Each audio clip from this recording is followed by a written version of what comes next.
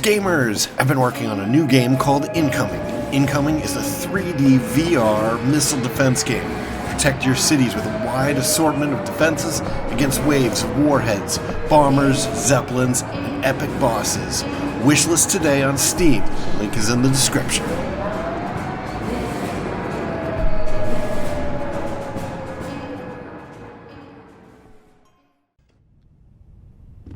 Greetings, my spacefaring friends, and welcome to another episode of Starfield. I am Cobalt Thorium.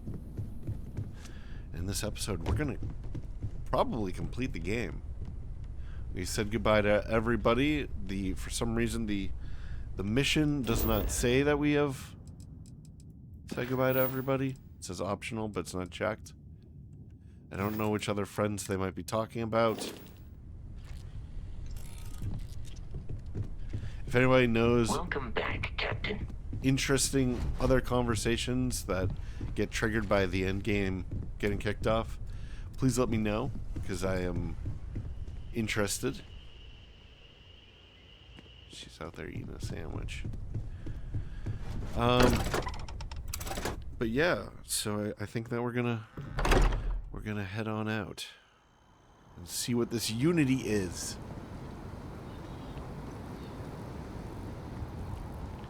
You know, I kind of hated this game. I hated the tedium. But I've been playing it for a year. I'm kind of sad. I'm kind of sad that it's going to be ending. Although the DLC does drop tomorrow, so there will always be more. I wonder if it's going to be a scenario like Fallout 3, where you really can't, like, continue after the end. Am I gonna lose the character?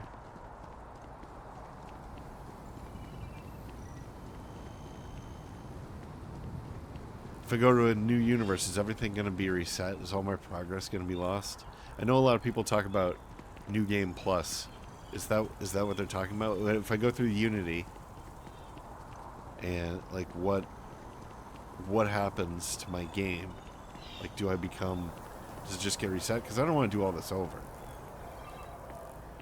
This game was a lot of work. And a lot of it was very tedious. Well, only one way to find out, I suppose. So let's get it done. We are going to hop to the ship. Fast travel ship. Yes. We will assemble the armillary.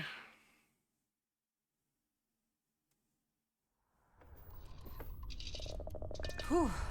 Always a satisfying moment to return to your ship.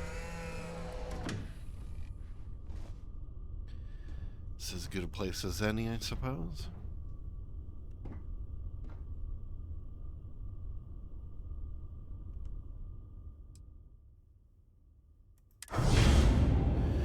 You've completed the armillary. Once you power up your grav drive, you will jump to the Unity. Remove the armillary from your ship if you need to grav drive anywhere else.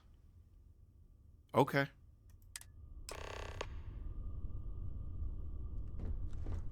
Whoa. Oh, shit.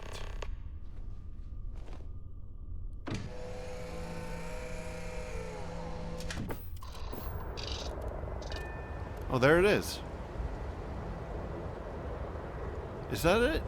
It looks like it's in the warp drive. Whoa, it's not... It still looks incomplete to me. What's up with that? I guess we take off.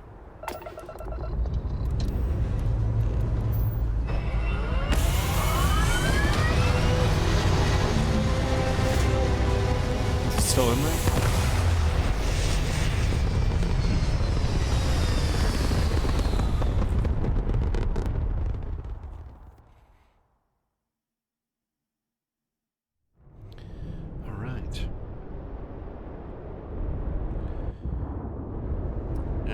You know, we're at Jemison. It's kind of where well, it's not where all this started, but it was our first major planet. So let's warp to Sol. kind of stay in the local neighborhood.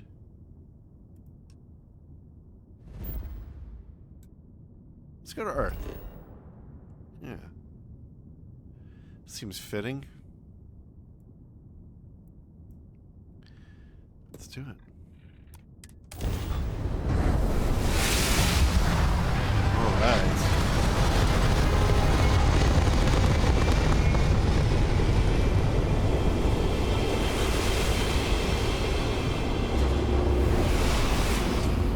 Definitely a different warp. Whoa.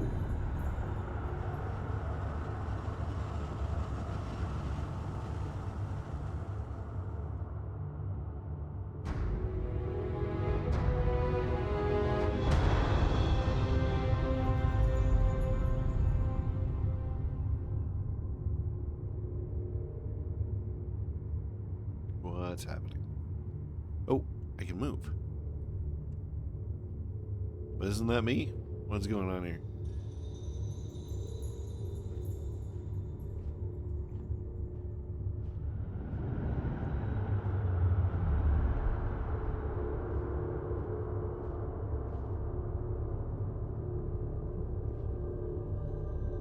You made it.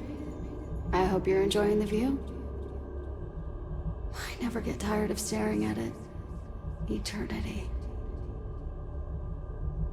You're me. Or I don't sound anything like that. Or so this is the Unity. I was expecting more. Or is this the end, the afterlife, heaven? Are you God? I assume that's the question. Questions first. Is this the end, the afterlife, heaven? Are you... It's natural that your mind would go there. And it's not a simple question to answer. You stand now at the very center of space and time. Center being the best word to grant you understanding, but still not entirely accurate. The Unity is what was, what is, and what shall be. It is nowhere and everywhere. Nothing and everything. It is the Unity. Any other meaning is entirely up to you. All of you. So it is the Alpha and the Omega. It is basically God in this universe, is what they're saying.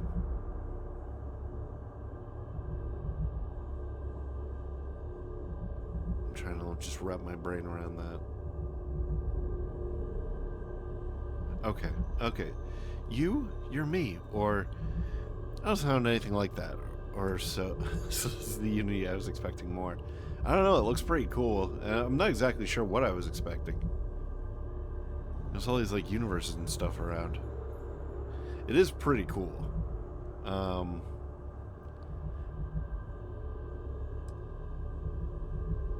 You're me. I don't sound anything like that. I'm gonna go with that. That's kind of funny.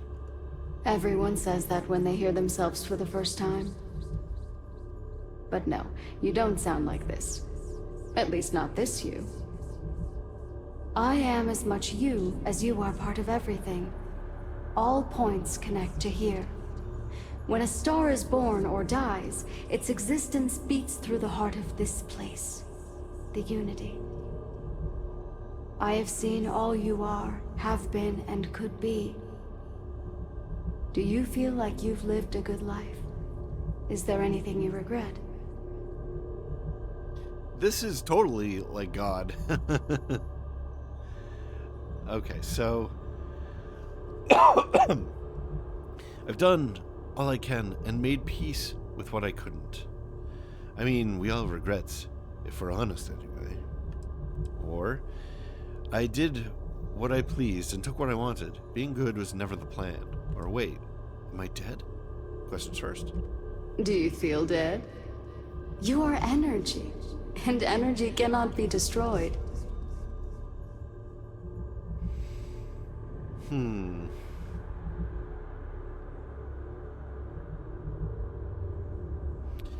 So we generally play it as a lawful character, so I'm not going to say this, even though we did some kind of roguish things later on. I mean, we all have regrets, if we're honest anyway. That's pretty good. Maybe she regrets blowing up the facility there. Not the facility, what do they call it? The crucible. I've done all I can and made peace with what I couldn't.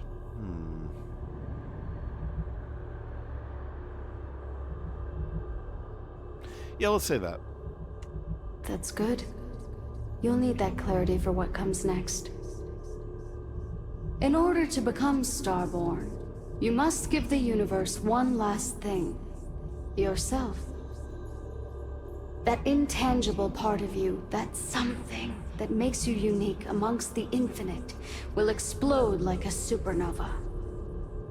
A part of you will fuse with the essence of this universe, while another part leaves it behind forever. Do you understand what I mean?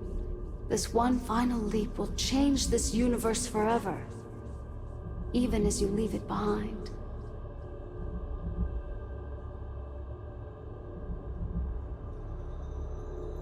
So, is the universe like a Horcrux then?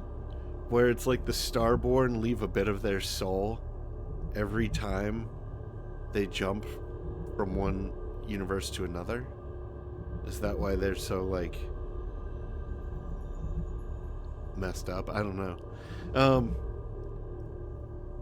Alright. Wait, the artifacts, the temples, the armillary.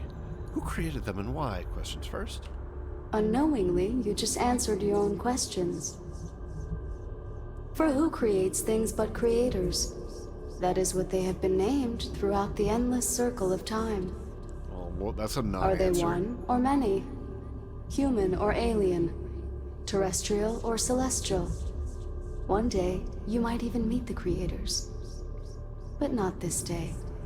Well, that's a letdown. As for the why, so that you could ask that very question, so that you could stand before me for time immemorial and delve into the mysteries of the unending cosmos. So basically what she's saying is, you there are no answers, there's only more mysteries.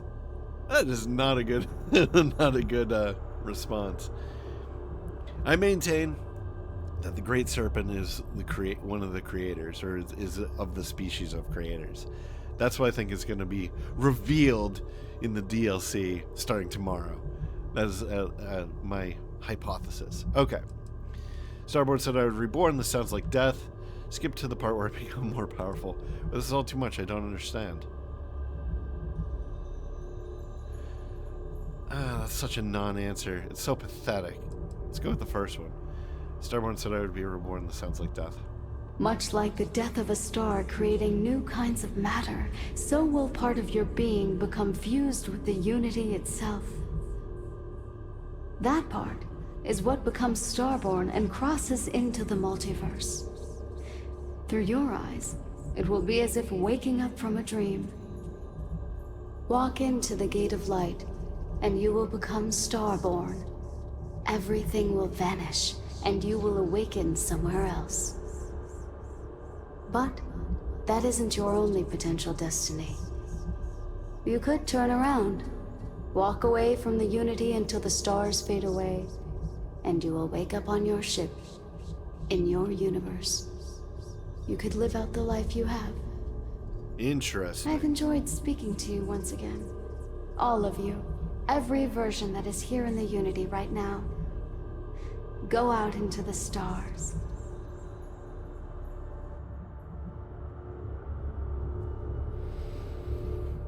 As you consider stepping towards infinity, I offer you a glimpse into what will happen to the universe you may be leaving, as the essence of who you are is spread throughout space and time.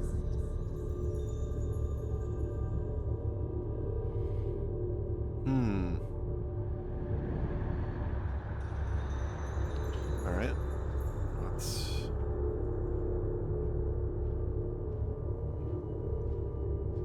Okay. By defeating both the Hunter and the Emissary, the path to the unity in this universe is left for the people of the settled systems to discover on their own, uninterrupted by powerful Starborn. Well, that certainly feels like the right decision now, in hindsight.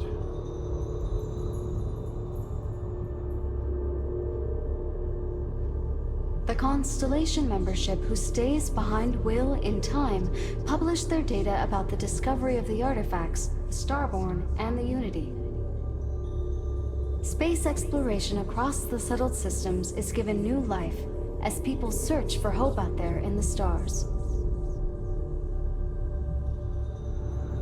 Oh, that seems like a good conclusion. Ron Hope's downfall proves once again that the Freestar Rangers put justice above petty power plays and politics. A sense of commitment to the common good grows throughout the Freestar Collective. Acts of heroism and noble sacrifice increase. Well, that seems pretty good too. These all seem like they were right decisions. I do kind of feel like we're missing some things here. The distribution of items is not even. There seems like there's at least 1, 2, 3 more that should be over there. One of those is probably the pirate quest. The resurrection of the Asili species leads to a massive reduction in terramorph attacks across the settled systems. At the same time, the need to spread the Asilis far and wide increases cooperation between all the factions. Belief in the UC as the diplomatic leader of the settled systems grows.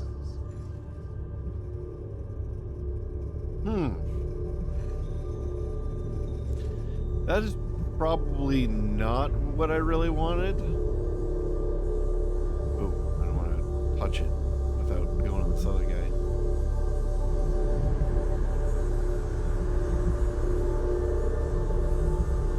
Yeah, because I mean, we'd probably want Freestar to take over and to get them closer to war, honestly. Ryujin Industries dismantles the internal neuroamp and keeps its existence a secret. The company is successful, but quieter. Every new operative that is hired hears the story of your rise through the corporate ladder and looks to emulate your success. Well, that seems like a good conclusion, too. I gotta say, I like all of these except for maybe the Asilis. Alright, let's return to God Molly here and see if she's got any more to say.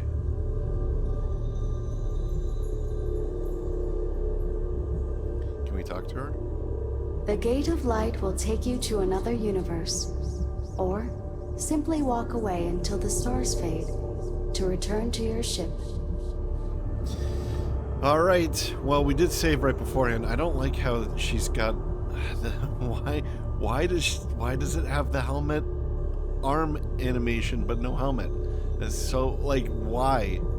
That is very frustrating to me. Once you are reborn, there is no going back. Are you sure? Okay, so there is no going back. But I guess, what would we be reborn as? Do we get a starborn ship? Like, what happens? Although you leave this universe behind, a new universe awaits you. Who will you be in this one? What choices will you make? Oh no, it's starting to sound like a reset. I don't want a reset. But we did save beforehand.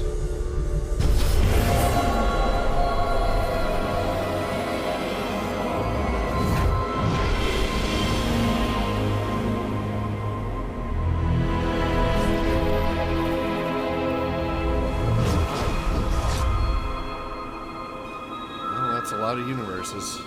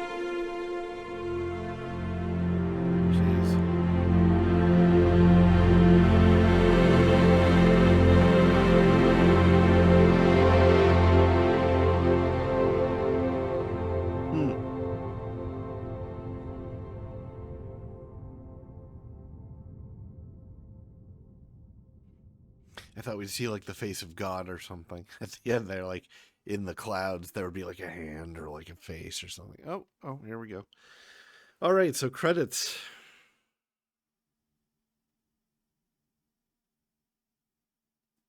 Why is it quiet? No music in the credits? Oh, there we go. All right. So that is Starfield.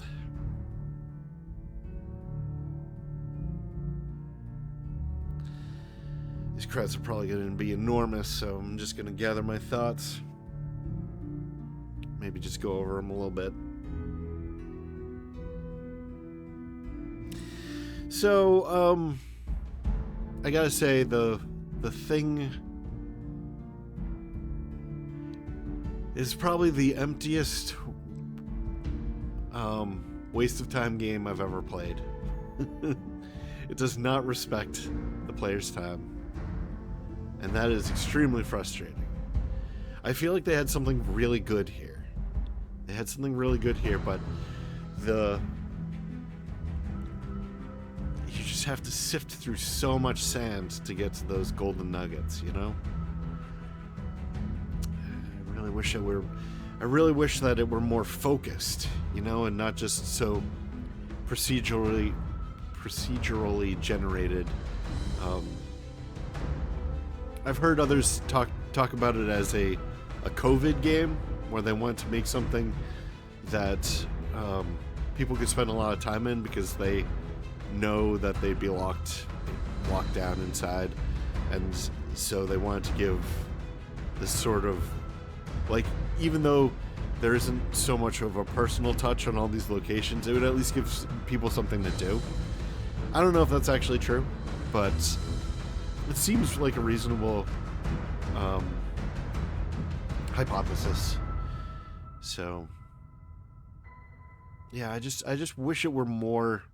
I wish it were more focused, not as spread out, not as procedurally generated. More tailored quests, more unique characters, just fewer planetary systems and stuff like that. The surveying mechanic is really tedious and a waste of time, especially for us full completionist types who don't want to miss anything, and so you get baited into trying to look at everything.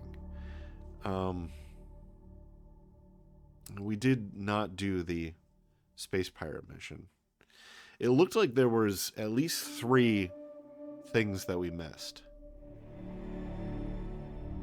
So space pirate, I wonder if one of them was the crucible, but I would have expected something to come up for the crucible, like, oh, you destroyed the crucible, the universe is different because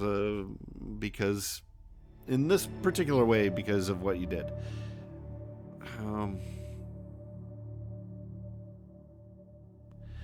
Yeah, the ECS constant probably should have been one too, I would think. That's kind of a long quest.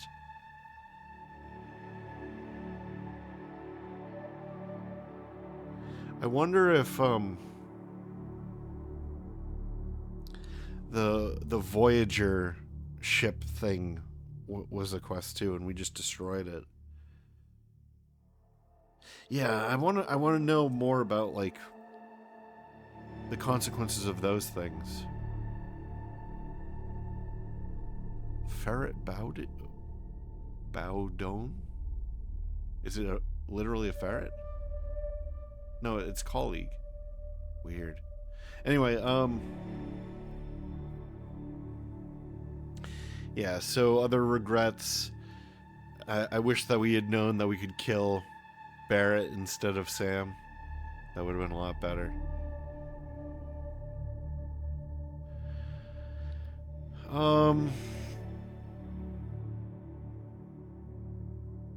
Gunplay could have been a little bit better. I mean, it wasn't terrible, but it wasn't like super satisfying. A lot of the characters were tedious. Definitely could have been some better writing.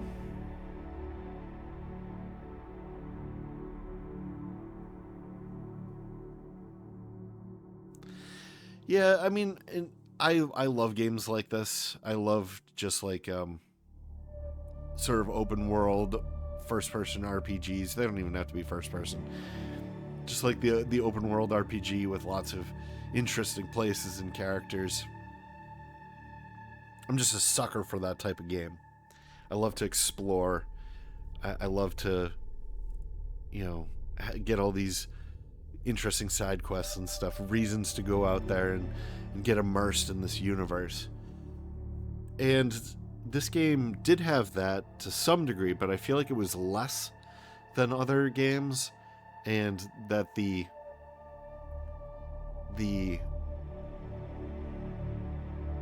interestingness, just the depth of the quests was less than you'd get in like a Fallout 4 or something like that. So they could definitely work on that.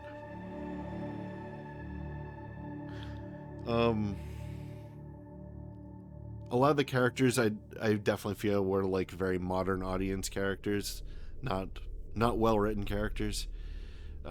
Faultless, faultless, bisexual, pansexual. Half of them being minority. Just like just trying to be like super inclusive, as opposed to, just being like not hammering your head with that, like, so that was a little annoying. I mean, they did do a good job with some of what I would consider to be sort of like the diversity cast. Vlad was great. I liked Andrea. She's obviously, well, I shouldn't say obviously, but she sort of seems like she's of Middle Eastern descent. And of course, everybody's like optionally gay in this game. The future is very gay, apparently. Let's see, what else? What else could we talk about here?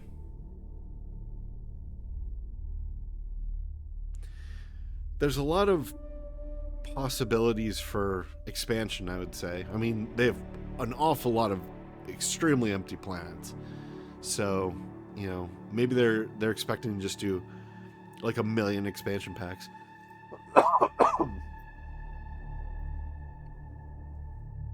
Hold on one sec. Yeah. Coughing up a lung here.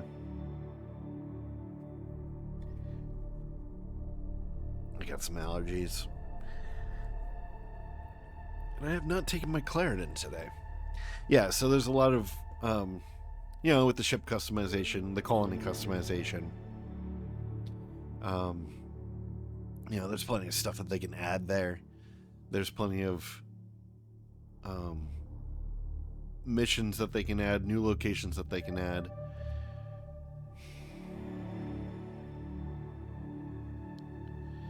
Yeah, it's kind of weird that it took a whole year for the DLC to come out. But at the same time, I mean, they have been adding some content in the meantime. We didn't really explore it, but so they do supposedly have rovers now, which I should probably go back and take a look at. So going forward, here's my plan. If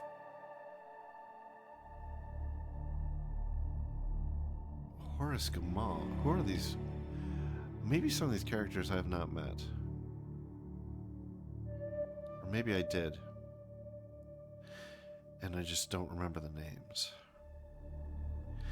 Anyway, yeah, so if this does reset the game, I'm going to go back to the save and I'm going to walk away from the Unity. And we'll see what happens with that. I probably should do that anyway, just to see what happens. Hence the saving right beforehand. Yeah,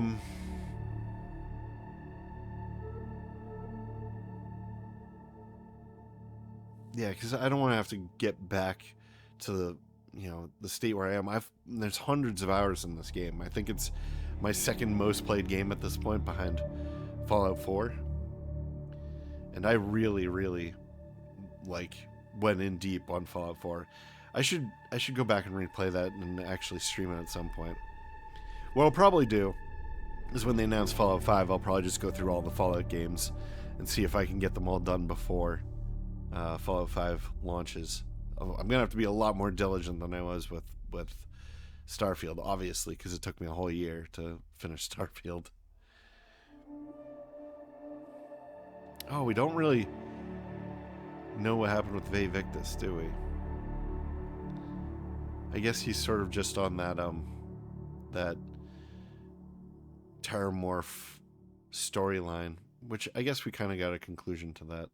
The ending is a lot like the ending on Fallout 3. Where they have the where they do the recap of your life.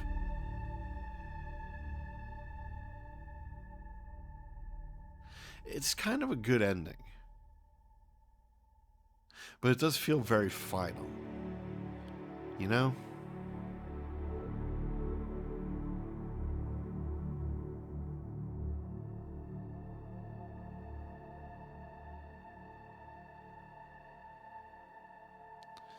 It's really long credits.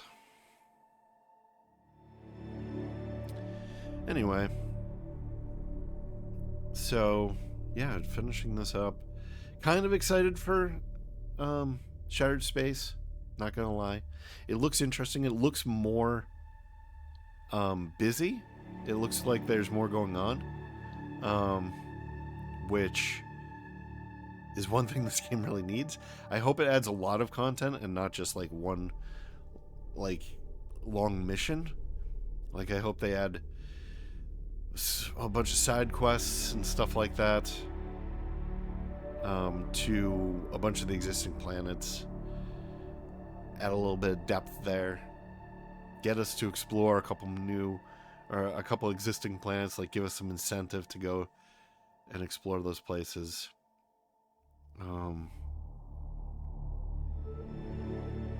It's a large voice cast, jeez. I thought on the Fallout games it was a very small amount of people just doing a million voices. But here they seem to really have spread it out. I hope they don't go through all the voices for all of the languages. This would be an extremely long credit scroll. And I want to know what happens. I want to know if it's going to reset my game. I want to know if I'm going to get a Starborn ship. I expect to get a Starborn ship. I'm Starborn now, right? Shouldn't I get one of those ships? I hope it's cool inside. But yeah, and I wonder what happens with everybody else. Well, I suppose that each member of Constellation that came with us would be inserted into a different universe. Or maybe not a different universe, but maybe a different universe, right? There's the possibility that they're going into a different universe. There's a very low, but not impossible possibility that we will be injected into the same universe, right?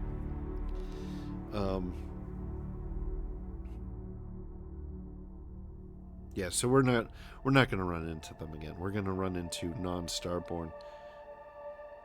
How would it be to talk to a Constellation and be like, "Yo, I'm from another universe"? Actually, maybe New Game Plus is a good idea. It would certainly change things.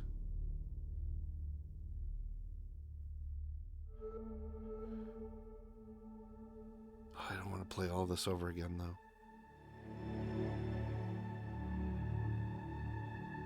I wonder if we walk away, if we still have the option to reassemble it. We should, right? Because we still have the artifacts.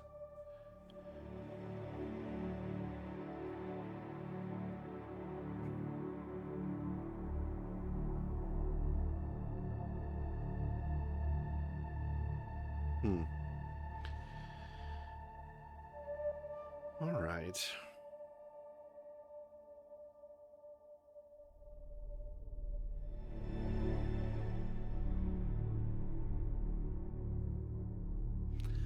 Forge Interactive. A lot of people worked on this game. I guess that's what it means to be a AAA game. Just have a lot of contributors. Someday I'd like to make an open world sim like this. I probably wouldn't put it in space, though. The problem with space is that everything seems far away. Because I guess it is. But you sort of...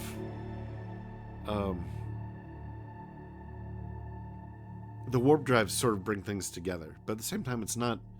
It doesn't feel... Yeah, it doesn't feel like a tragedy on one part of the planet is going to affect something several light years away, you know? Unless you have something like a Tyranid invasion or something like that. But even then, it's like your planet still looks fine, right? It's not as... It seems like the reaction is not as visceral, right? As opposed to, like, I don't know, a city on the other side of the planet getting, like, nuked. It's like, okay, well, that seems really close to home, you know? Even though your life doesn't necessarily change,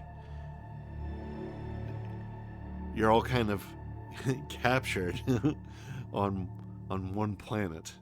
You're sort of sharing this space with everybody else, and that feels like it raises the stakes.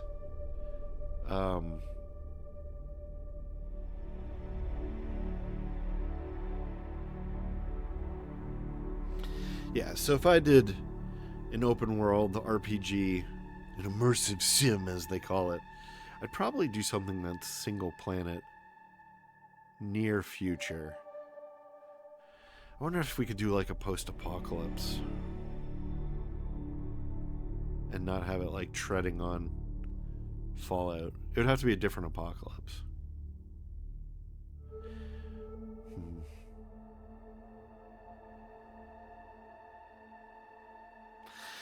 I do have some ideas for immersive sims, but yeah, I shouldn't really talk about them because then somebody else might go, that's a really good idea, and then they'll make it, and then I won't be able to make it. So anyway, some more stuff about Starfield.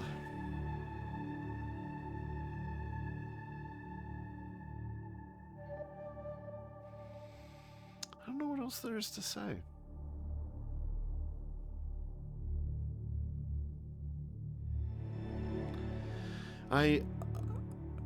I did enjoy it, but it's just so empty that it almost, the enjoyment isn't, in my opinion, was not worth the time. It's not, it needs to be, yeah, it just needs to be more focused. And now I'm just rehashing the same stuff. Well, maybe I should just shut up and let the credits scroll.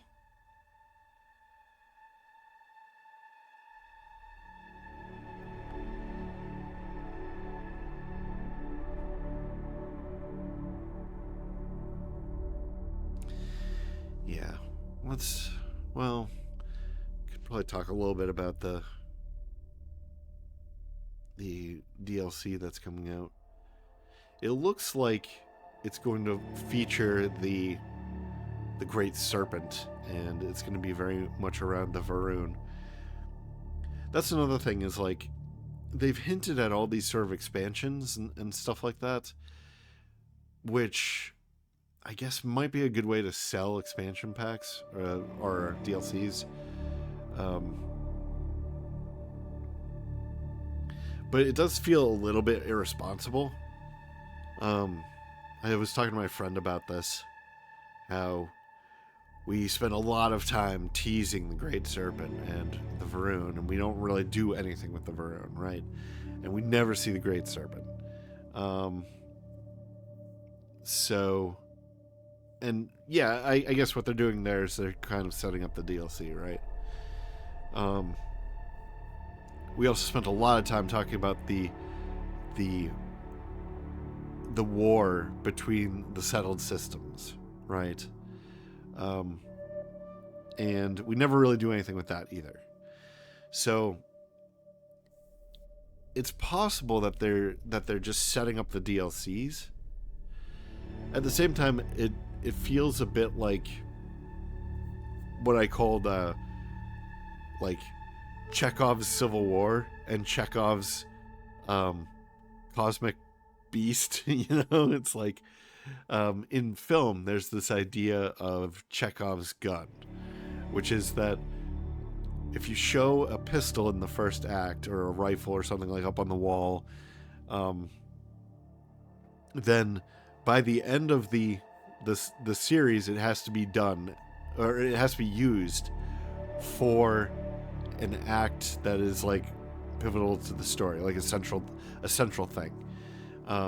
Because you're sort of teasing it, you're putting into the mind of the viewer that there is this gun up on the wall in the living room or something, oh, like up over the mantelpiece of the fireplace, right?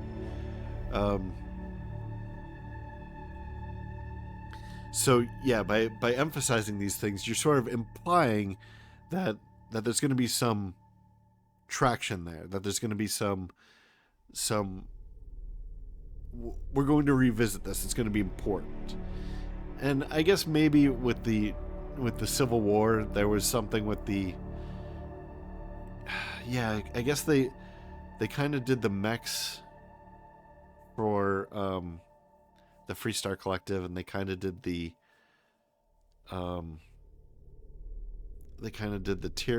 Terramorphs for the UC. So maybe that's what they consider to be like the Chekhov Civil War. That's the thing that they were hinting. I don't think that's enough. I think that they need to bring the Civil War back, because there were 2 Civil Wars. And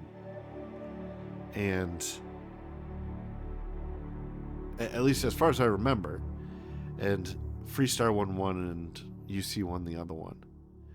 So you're kind of saying that, you know, if tensions get high enough, maybe there will be another one. We'll have this like epic battle. We'll have these fleets clashing, which would have been really cool to watch. So I would say that has not been resolved. That there is still a Chekhov Civil War, and maybe they are sort of like laying out these things beforehand so that they can revisit them, which is not a bad idea. But at the same time, it does leave us a little bit unfulfilled. And we definitely have a Chekhov's Great Serpent, right? So, but it does look like the DLC is going to be focused on the Varun, and so maybe we'll get our resolution there.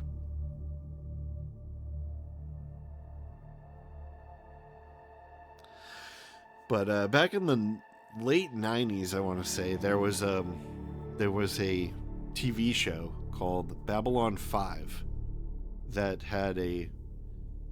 sort of did a something that might be similar to what they're doing here, where I believe it's within the first episode or two, they lay out all of the conflicts for like 5 or 6 seasons of content. They lay out that such and such a species is like doesn't like another species, and then there's like these sort of like angelic beings, and then there's sort of like this intelligence bureau in the humans that's sort of like getting in the like that's kind of dubious and sort of sketchy. And then each season a conflict will rise to the top, and the other conflicts will still be there sort of in the background, and at the end of the season they resolve that, so you get this nice feeling of conclusion, of satisfaction. But then when the next season comes around, or they might even tease at the end what the next conflict will be, but the next thing that they sort of seeded at the very beginning comes to the forefront, and it feels really organic.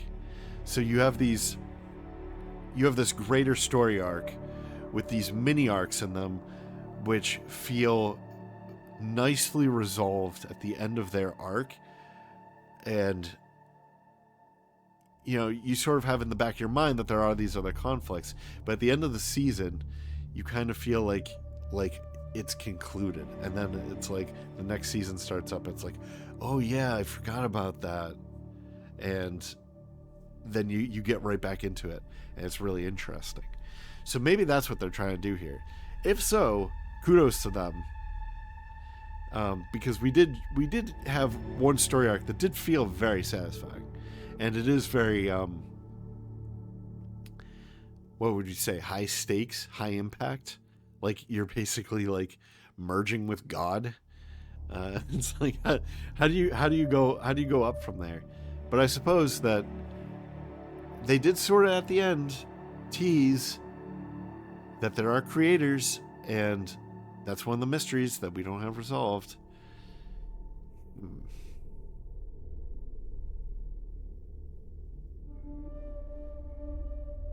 If that's the case, how did the creators become Starborn? Like, how would they even know? That's actually a really good question. Like, how could someone even take the first step?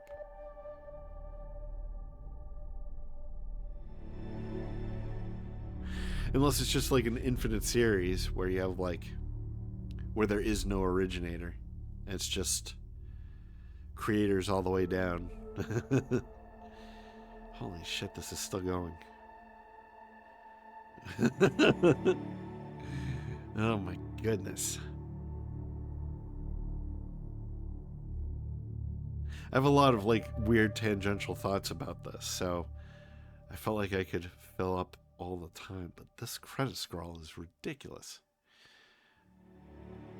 And I do want to watch it to the end. I want to give all these people their due. A lot of these people spent years of their lives probably on this project. And, you know, you're a quality assurance tester. You're probably not feeling like you get the recognition that you deserve because you're way down the list.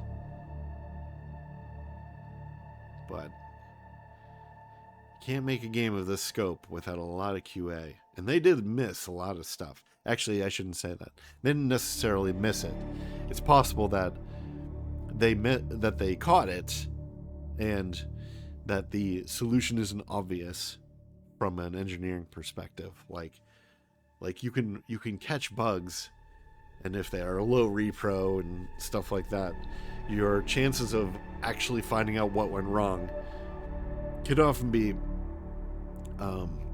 pretty small, if not non-existent. And they are working on this flippin' old, ancient engine. They really, really need to upgrade to Unreal Engine. I'm not a big fan of Unreal Engine from a developer's perspective. I think it's kind of a clunky as a tool, but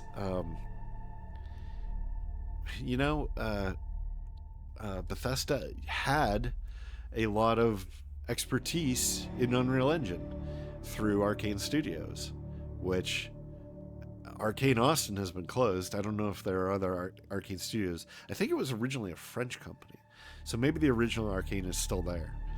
But you had all this expertise in Unreal.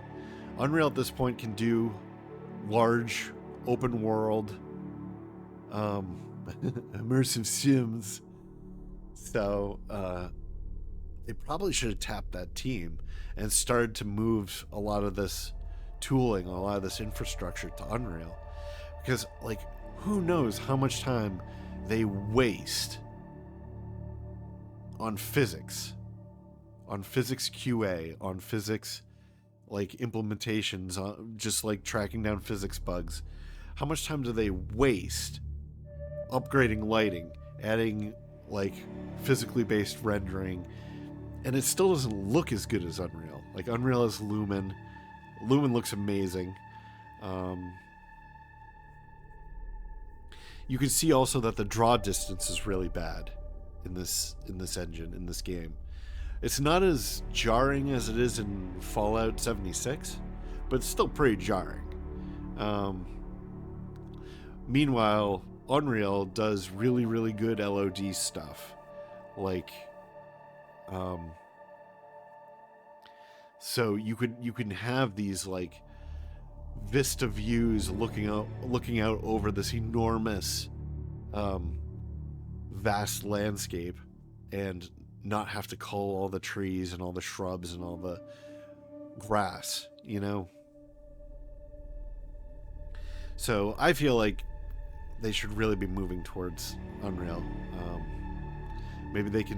Maybe if they're a big enough property, they can make a deal with the folks at Epic and not have to pay the, what is it, 5% of total sales, something like that, total revenue.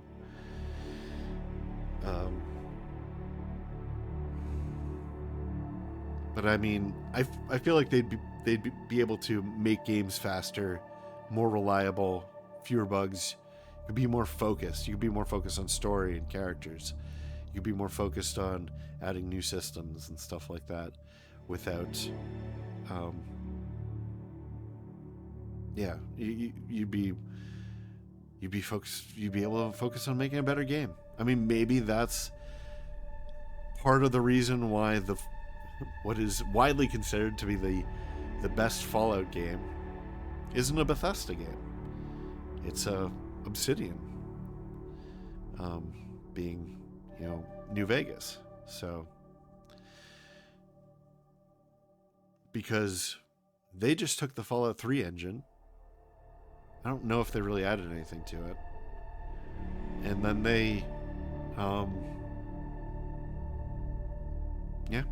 took the engine, and so they were able to focus on the characters, the story, the setting. Although I will say that they do make the Mojave feel a little crowded. So there's that. Like, it's kind of the opposite problem of Starfield. Starfield felt very empty. Man, I'm already talking about it in the past tense. Starfield feels very empty. And yeah, the Mojave felt a little too full. It felt crowded. Like, it's this desert. There should be a lot of space in between settlements and areas of interest. But on the flip side, it's possible that when all the cities get nuked, whatever survivors there are going to flee those radiation hellholes. And so where are they going to go? Well, they're going to go wherever hasn't been nuked as much. And where it hasn't been nuked as much might be the middle of the desert. So by that logic, it would have been good probably for them to explain something like that, if that is indeed the logic behind it. But damn it, it's still going.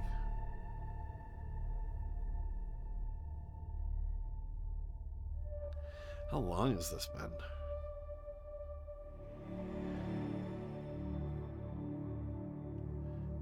I am going to make it to the end. I don't know if I'm going to be able to talk to the end.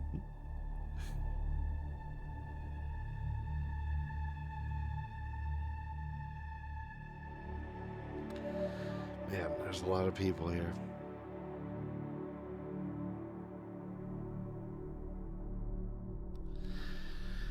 Okay, well, what else can we talk about? I feel like none of the cities felt big. It would have been good to have like Aquila City and Jemison. Maybe have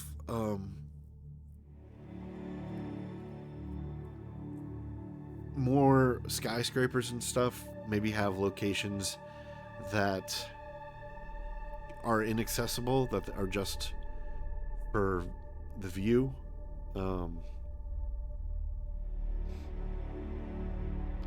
Like, you know who did a really good job of making a city feel big is CD Projekt Red in Cyberpunk. But the resolution of that city was also really high. It probably doesn't have to be that high.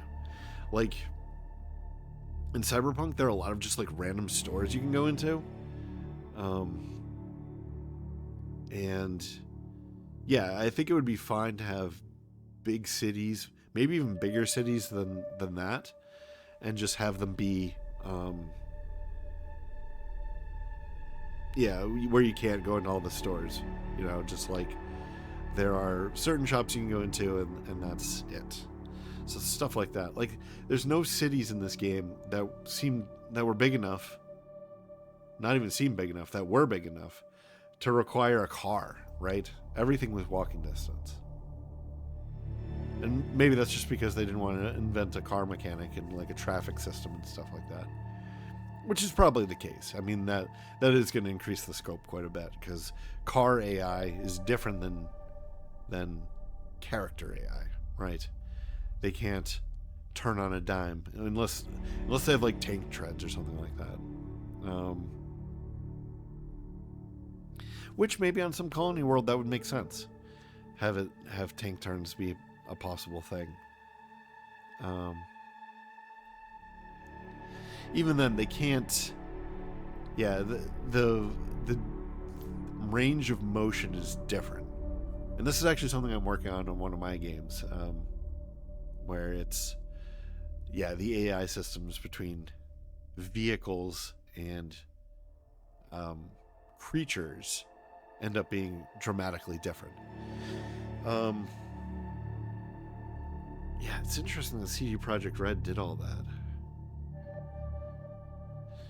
That game might be sort of a marvel of technology. I should go back and play that again. I actually have Liberty City, and I've not even cracked it open. And apparently a lot of the stuff that people were complaining about in the original game were fixed in Liberty City, so... But I do feel like that... Oh no, we are doing all the different voices for all the different languages. How many languages is this game in?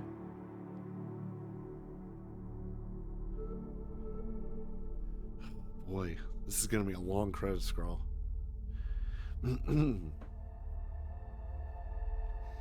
Anyway, what was I saying? Okay, so Cyberpunk. I should go back and replay it. And apparently Liberty City... Is it Liberty City? I think that's what it's called. Fixes a lot of the problems from that people were complaining about in the original. But at the same time, I still feel like that game did not get enough love from development. They did not patch it nearly enough. They had a couple like big patches, and I don't know. Like, they should have been patching that game every week. You know? Instead of these big patches that also add more content, because that game was pretty buggy at launch. And just rolling up those patches into like these huge,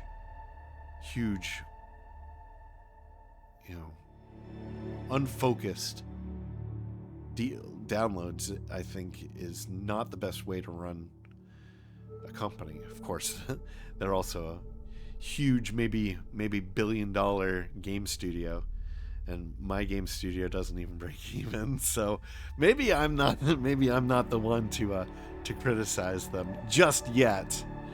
Maybe someday I can say from a place of authority that this is the way you do it. But I mean, one game that's out now is what the heck is it called? Deadlock, by Valve, and it seems to get patched multiple times a day.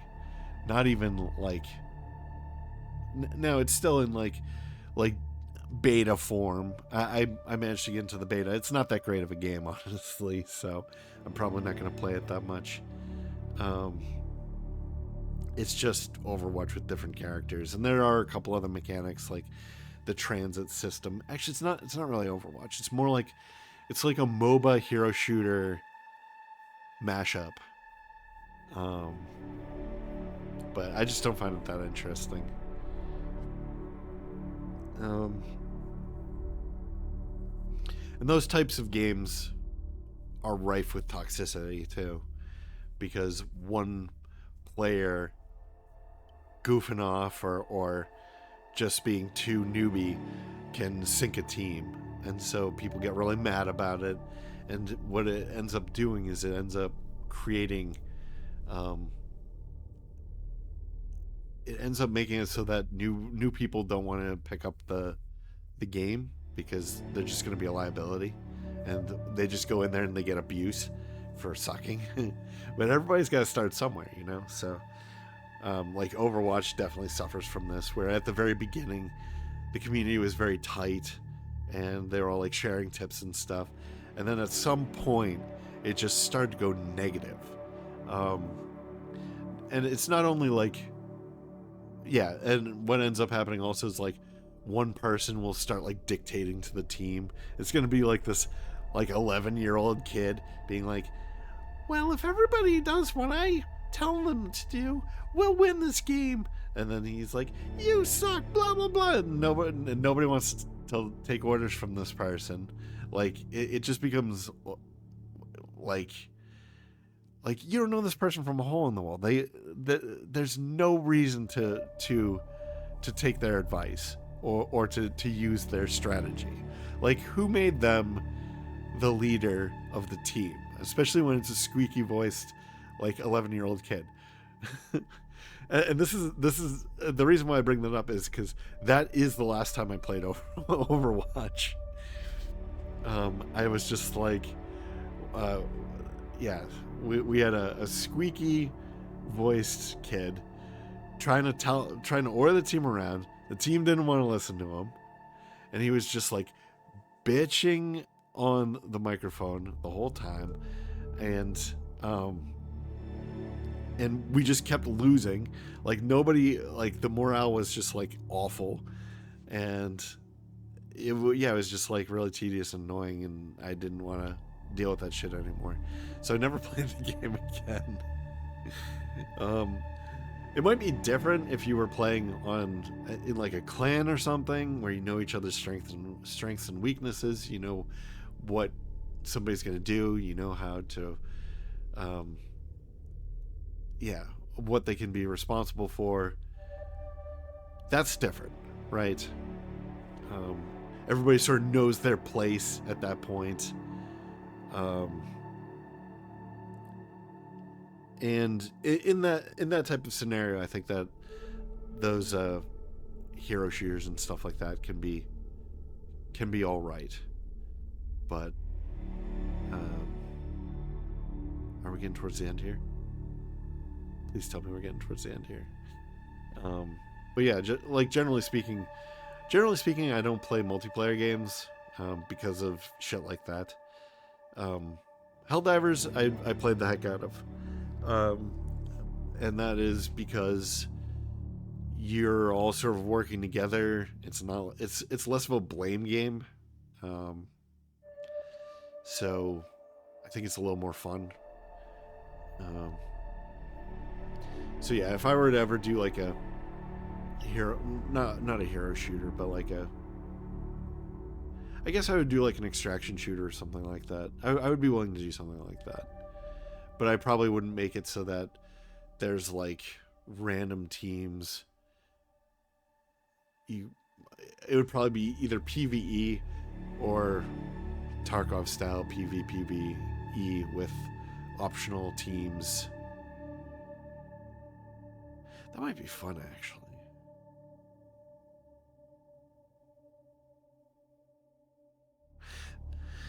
The thing is with Tarkov, it's like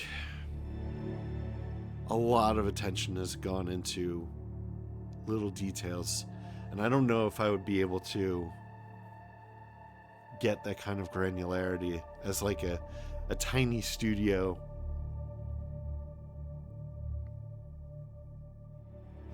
I also kind of wonder how they do their... Oh, what is this stuff?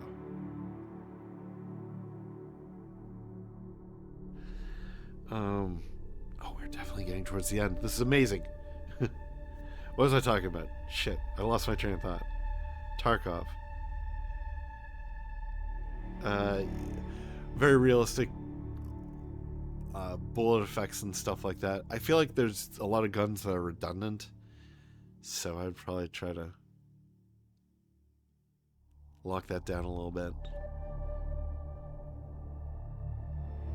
What happens now? We're at the end. Is it just gonna stay black screen?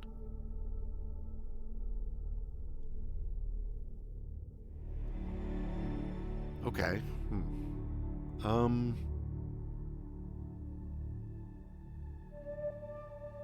Alright, well, I guess we're pressing tab. Whoa. Oh, hey, what is this? So I guess we're recreating ourselves? So is this just gonna start over from the beginning?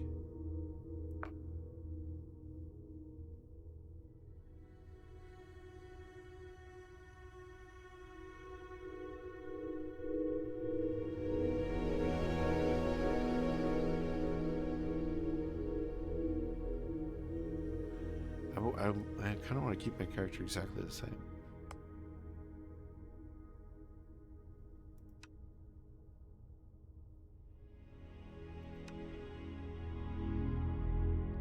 Is that a male walk and a female walk? There's a little rolling to the hips on this one. Yeah, this is much more forward and back.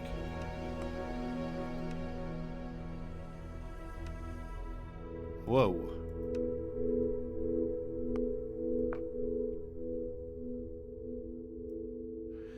Okay, I don't like what's going on here.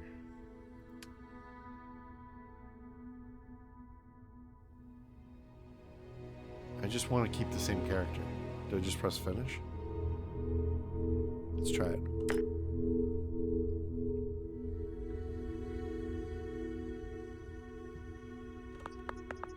Why can't it just be the same?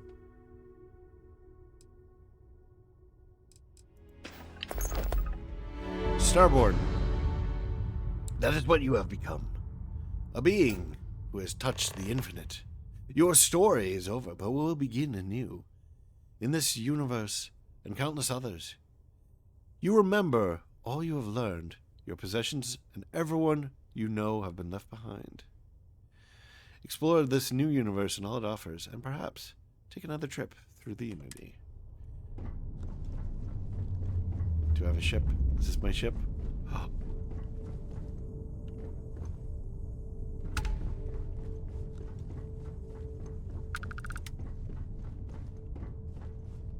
Power circuit.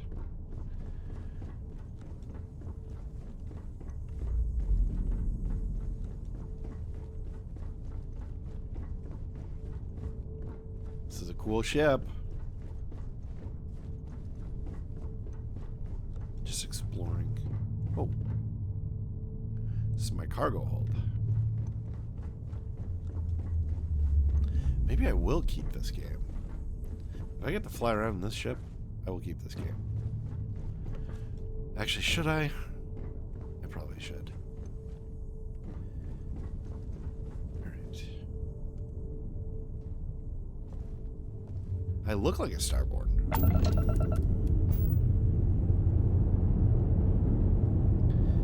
Alright. Can I customize the ship? It needs more guns.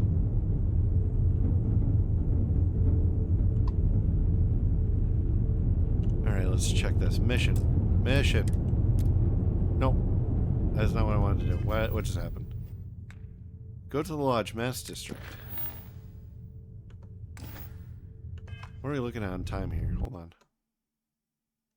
Holy crap. Okay, we are definitely over. So.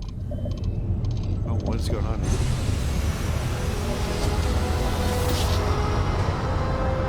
Oh,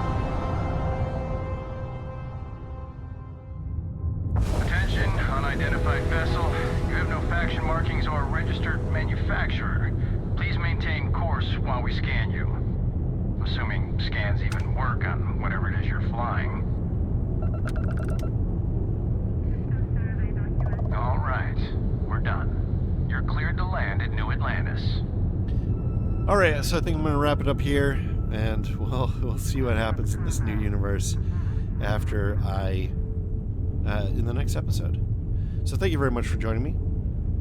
I hope that you enjoyed this, and if you have, please like, maybe comment, maybe share, maybe subscribe. New episodes every day at 4 p.m. Eastern Time, US and Canada. I'm Cobalt Thorium, and I hope to catch you in the next one. Bye-bye.